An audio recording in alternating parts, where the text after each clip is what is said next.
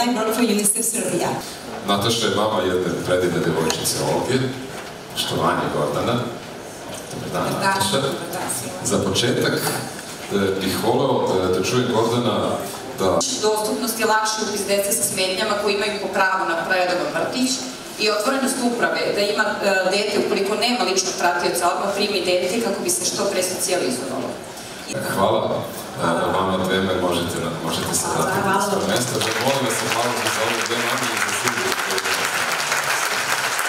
Ministry of Health of Serbia is co-organizer of this conference.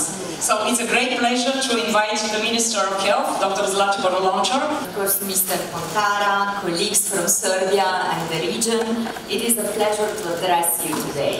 My wife says exactly the same thing. If you must go halfway around the world to speak about parenting, please tell everybody you speak to about the parenting responsibilities you leave behind.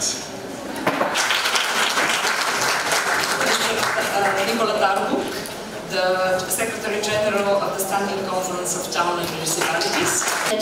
I njega fokusiramo i napravimo model za jedno dete, da će to biti prosto jedno olakšanje za sve ove sisteme da funkcionišu sa pozitivnim ciljevima, a da će zapravo detetu doneti budućnost sigurnog čoveka i nosioca društvene zajednice u budućnosti.